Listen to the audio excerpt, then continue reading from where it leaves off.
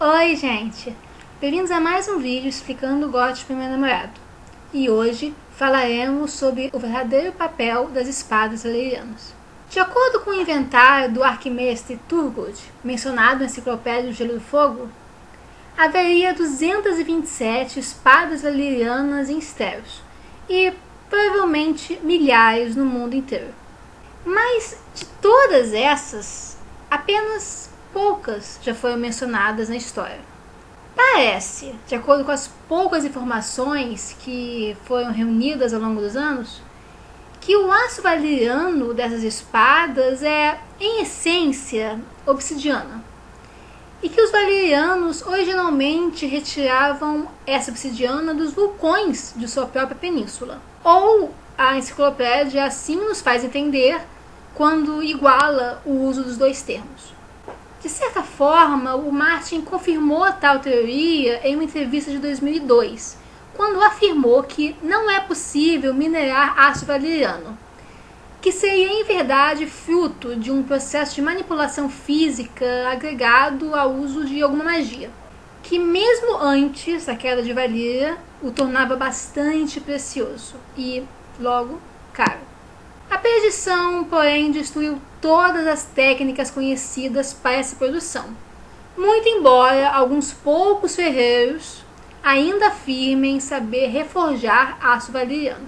De qualquer forma, nós sabemos que não é uma substância comum em Estéros. Poucas espadas de aço valeriano estão atualmente em existência, principalmente na série. Uma das duas espadas provenientes da reforja da Nortenha Gelo, pertencente originalmente à casa Stark, cumpridora de promessas, foi feita a mando de Tywin Lannister para presentear o seu filho Jaime. No one's made a Valyrian steel sword since the doom of Valyria. There are 3 living smiths who know how to rework Valyrian steel. The finest of them was in Volantis. He came here to King's Landing at my invitation. Where did you get this much Valyrian steel? From someone who no longer had need of it.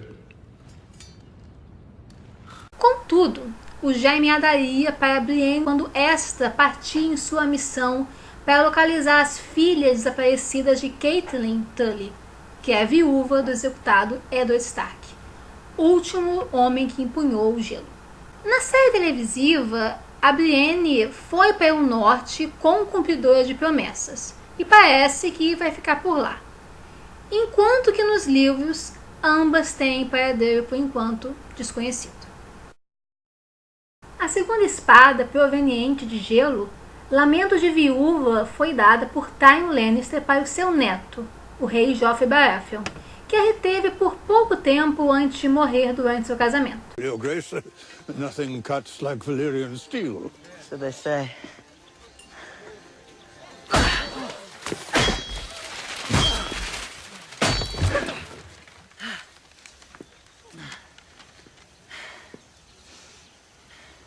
Assim como sua lâmina irmã, a cumpridora de promessas, Lamento de Viúva tem ondulações em vermelho e preto, além de uma bainha em ouro.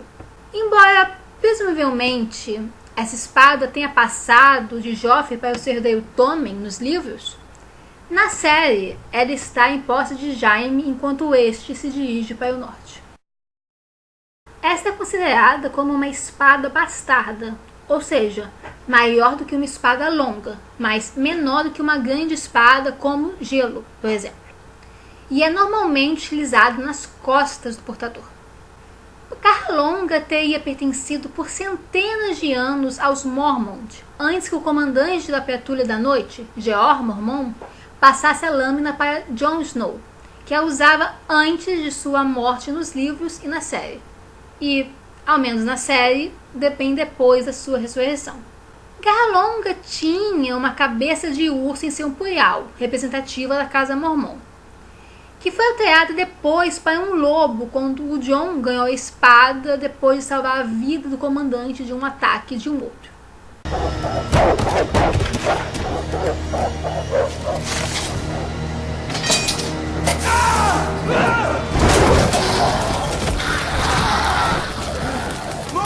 Antigamente, é considerado considerada ao menos plausível por fãs uma teoria que Garra Longa fosse, em realidade, uma versão disfarçada da lâmina Targaryen, conhecida como Irmã Negra.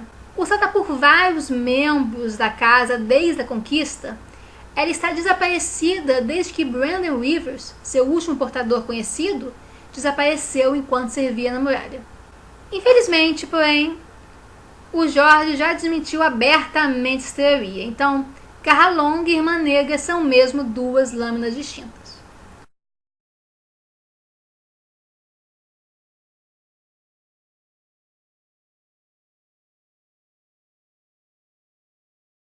Falaremos sobre essa última um pouco mais adiante. Assim como o gelo, o veneno do coração é considerada como uma espada cerimonial, ou seja, feita para ser usada com ambas as mãos, e está na casa Tarly há várias centenas de anos. Quem a empunha oficialmente nos livros é o senhor atual, Handel, que no fim do quinto livro servia ao rei Tommen em Porto Real, enquanto mantinha a rainha Margaery sob sua custódia até o julgamento dela por adultério pela fé. Na série, porém, o Sam a roubou enquanto visitava a família na sexta temporada. Sam, that's your father's sword. It's my family sword.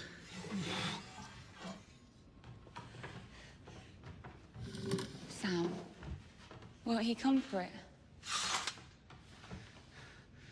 He can bloody well try. E, muito provavelmente, a manteve em seu caminho até o norte, onde está nesse momento. Em adição a todas as espadas que já apareceram em Game of Thrones, existe também o punhal do Mindinho, famosa por ter sido usada na tentativa de assassinato de Brandon Stark, lá na primeira temporada. Enquanto nos livros o atual regente do Vale usa o punhal de forma relativamente livre enquanto governa do Ninho da Águia, na série o punhal já foi utilizado pela Arya para dar cabo do homem.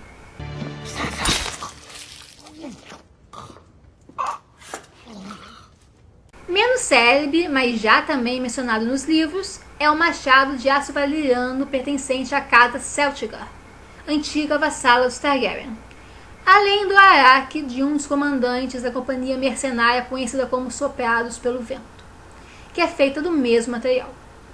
Na enciclopédia também é mencionada uma lâmina chamada Verdade, que talvez ainda seja empunhada por um membro da casa Rogale, advinda de Essos.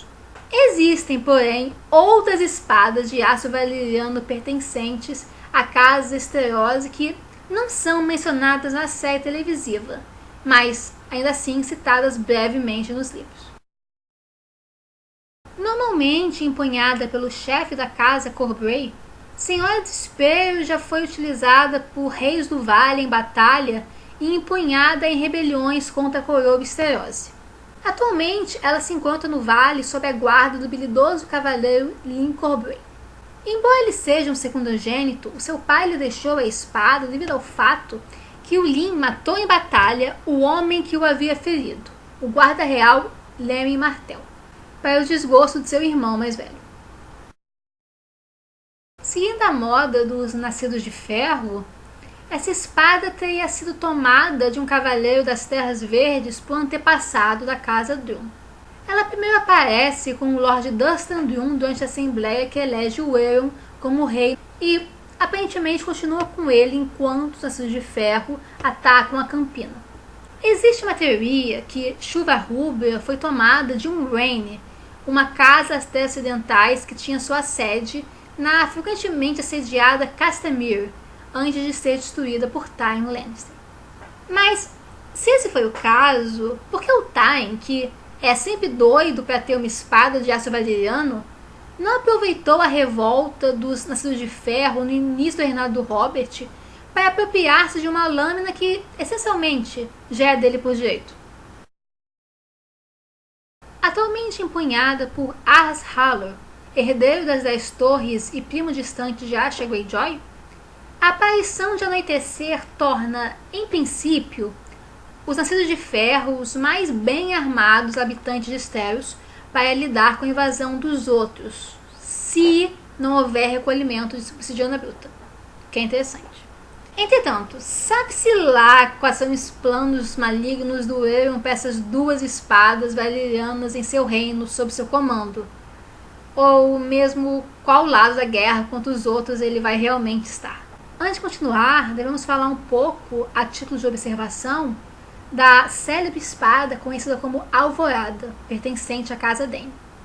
Provavelmente a mais mencionada lâmina que ainda existe, mas nunca apareceu na história, a Alvorada foi supostamente forjada com o coração de uma estrela cadente, quer que signifique, que teria caído perto do castelo dos Dany, Tom Bastella. A espada seria incrivelmente afiada, sendo branca como vidro e possivelmente ainda mais forte do que aço valyriano.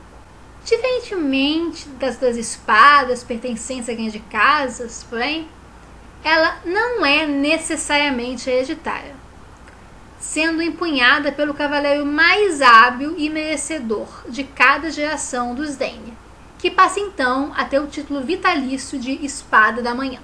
O último homem com esse título foi o guarda-real Arthur Dany, morto na Torre da Alegria. O Eddard teria ido em pessoa retornar a Alvorada para a irmã do Arthur em Tom Bastella.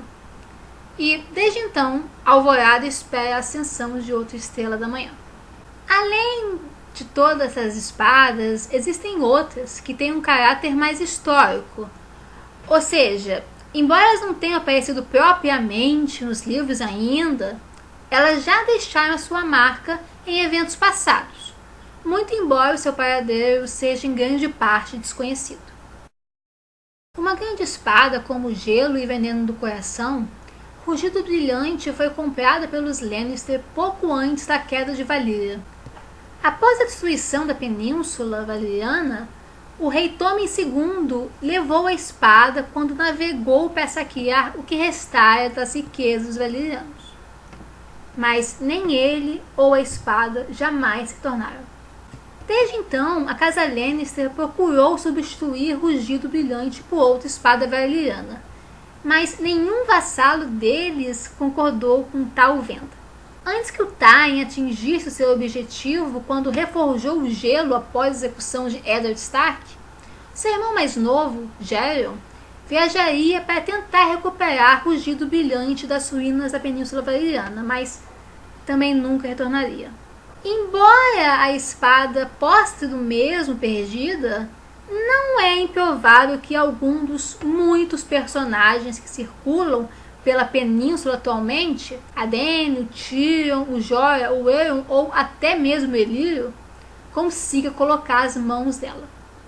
E se os eventos dos livros se parecerem minimamente com os da série televisiva, a possibilidade que o Euron use uma suposta posse de Rugido Brilhante para tentar a rainha Cersei com um casamento deve ser considerada.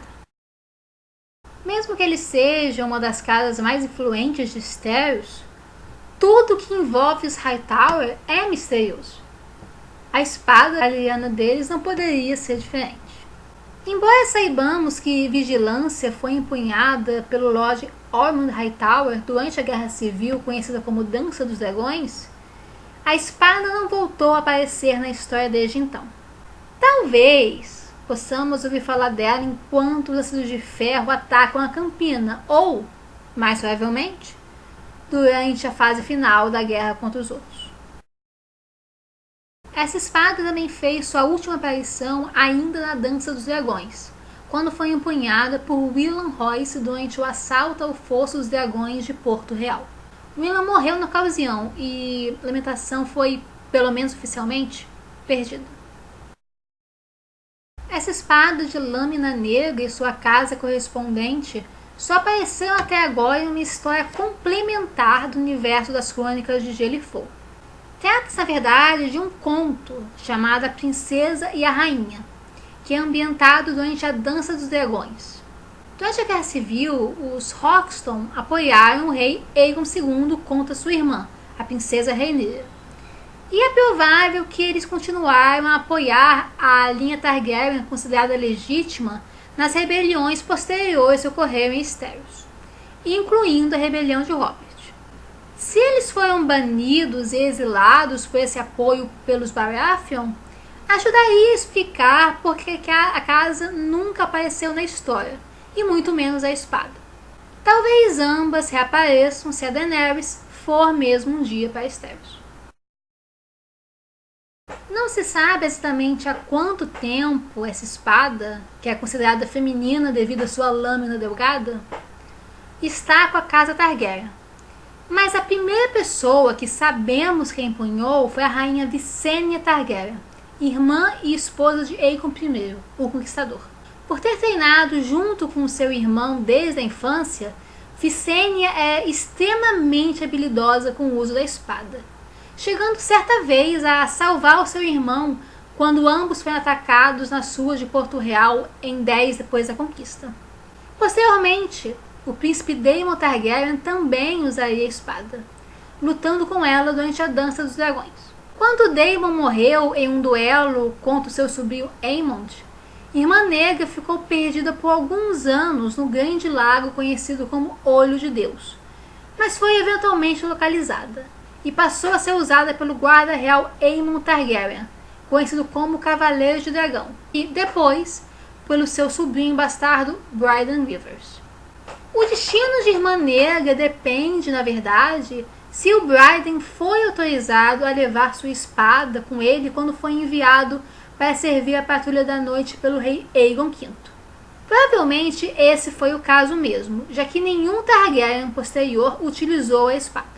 Se o Bryden estava na posse dela quando desapareceu em 252 depois da conquista, Irmã Negra deve ter ficado por algumas décadas na caverna onde ele se transformava no Corvo de 3 Olhos.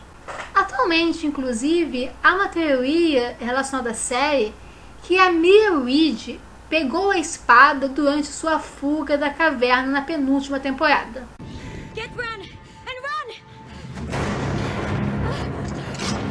Bem, pode ter sido o caso mesmo. Se assim foi, quem sabe a Arya vai poder empunhar Irmã Negra se a Mira viesse capacitada ou mesmo morta durante uma batalha contra os outros. Até seria apropriado. Outra espada bastarda, essa lâmina, na verdade, ajudava a determinar a legitimidade política dos reis da casa Targaryen ao passar por gerações de um monarca para o seu sucessor. Isso até o Aegon IV. Esse rei decidiu dar Blackfyre para o seu filho legítimo Daemon, que fundaria então a casa Blackfyre. Após a guerra civil posterior entre o novo rei Daemon e o pretensor Daemon, este último morreria na batalha do Campo do Capim Vermelho, deixando Blackfyre para ser levada para Essos pelo meio-irmão e apoiador Aegon Rivers, conhecido pelo cognome Aço Amargo. Desde então, não se sabe ao certo o que ocorreu com Blackfyre. É possível que ela permaneça com um grupo mercenário que Aço Amargo fundou, a Companhia Dourada. Mas, se esse for o caso, como é que ela ainda não foi dada ao jovem Griff, que defende ser um pretendente ao Trono de Ferro? É mais provável, nesse sentido, que ela esteja com o Illyrio. Em um rascunho de capítulo que foi lido certa vez pelo Martin, foi mencionado por ele que existiam conhecimentos e presentes que deveriam ser dados ao jovem Griff, incluindo uma espada. Seria ela Blackfyre? Embora essa alternativa seja possível, pode ser também que a espada já foi forjada como alguma das lâminas já descritas, como o araque de um dos soprados pelo vento. Mas, enfim, o que podemos concluir depois dessa longa lista de espadas valerianas? Acho que, primeiramente, a gente pode constatar que existe um movimento bem claro por parte da narrativa da série, no sentido de levar todas as espadas que existem na história, que são costuras de aço valeriano, para o norte. Isso bem às vésperas do começo da guerra oficial, por assim dizer, contra os outros. Essa tendência ela é seguida, embora num ritmo bem mais lento, também pela série, o que já indica uma participação bem expressiva dessas espadas no conflito da humanidade contra os outros. Entretanto, contando todas as espadas que mencionamos aqui, ainda há cerca de 200 que nós simplesmente não temos ideia onde estão em Estéros. Sem mencionar, é claro, as centenas e centenas que podem estar em Essos. Mas o Sam está agora nos livros na Citadela. Então, provavelmente ele vai encontrar em um momento tal inventário do Arquimestre Turgood. Pode-se esperar que ele vai consultá-lo já em Ventos do Inverno, e assim nós temos muito mais informação sobre o paradeiro dessas espadas. Pelo menos o Sam parece que tem interesse, pelo que a gente já viu.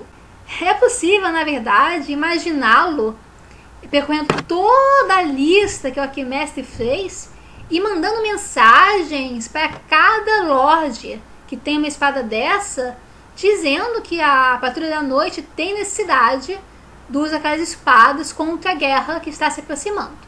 Quase que certamente isso não vai ser muito efetivo.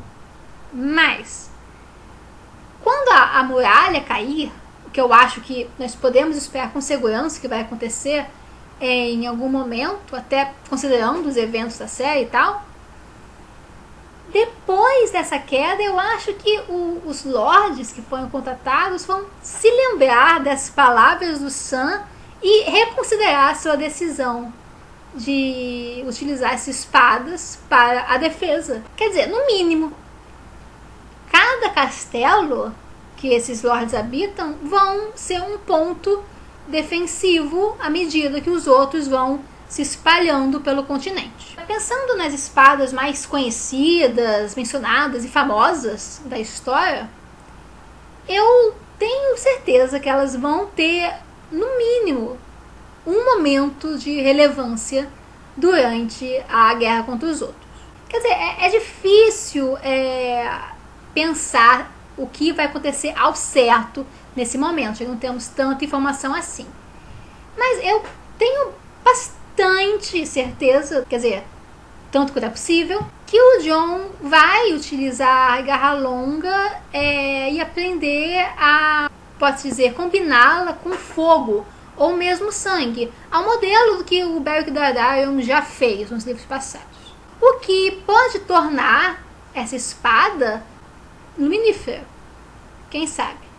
Já a Brienne, com a sua espada valeriana, comedora de promessas, vai certamente ser uma líder de batalha contra o ameaça ao norte. Quer dizer, se ela não morrer, eu tenho um forte sentimento que em algum momento, ao menos nos livros, a Arya vai adquirir Irmã Negra. E quem sabe ir para a batalha junto com a Nymeria?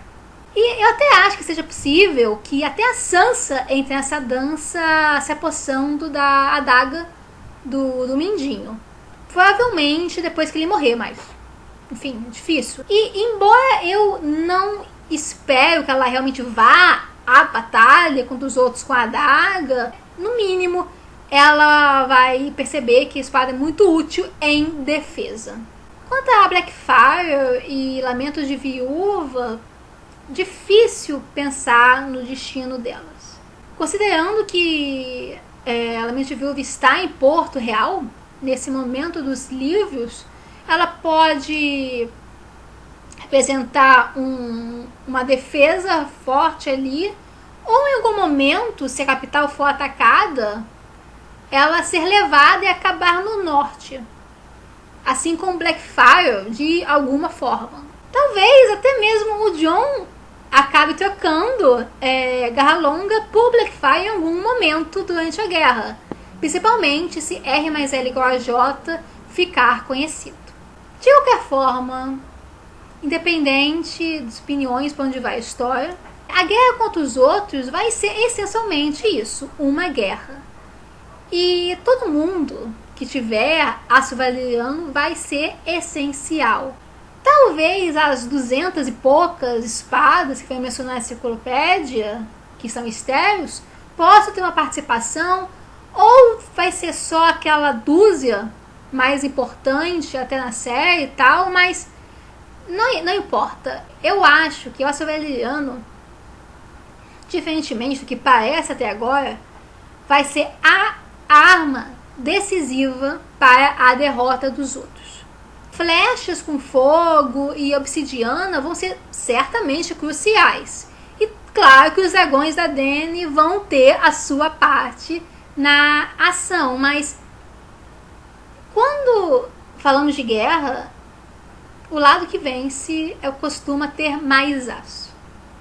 E numa guerra contra os outros, quem tiver mais aço valeriano tem mais chance de sobreviver. Então é isso, gente. Espero que esse vídeo, que foi tão pedido já, tenha agradado. E deixe comentários sobre se vocês acham que esse vai ser o papel mesmo, vai ser mesmo essa importância do aço valeriano na guerra contra os outros. Se gostarem do vídeo, curtam, se quiserem, compartilhem. Se já mais vídeos como esse, é só se inscrever no canal. E não deixem de dar mais sugestões, porque eu vou precisar para o ano que se segue. Se vocês quiserem colaborar para que eu possa comprar uma câmera e dar maior qualidade ao canal, eu vou deixar os links do Patreon e do Apoie-se bem aqui abaixo na descrição, ok, gente? Beijinho. Eles nas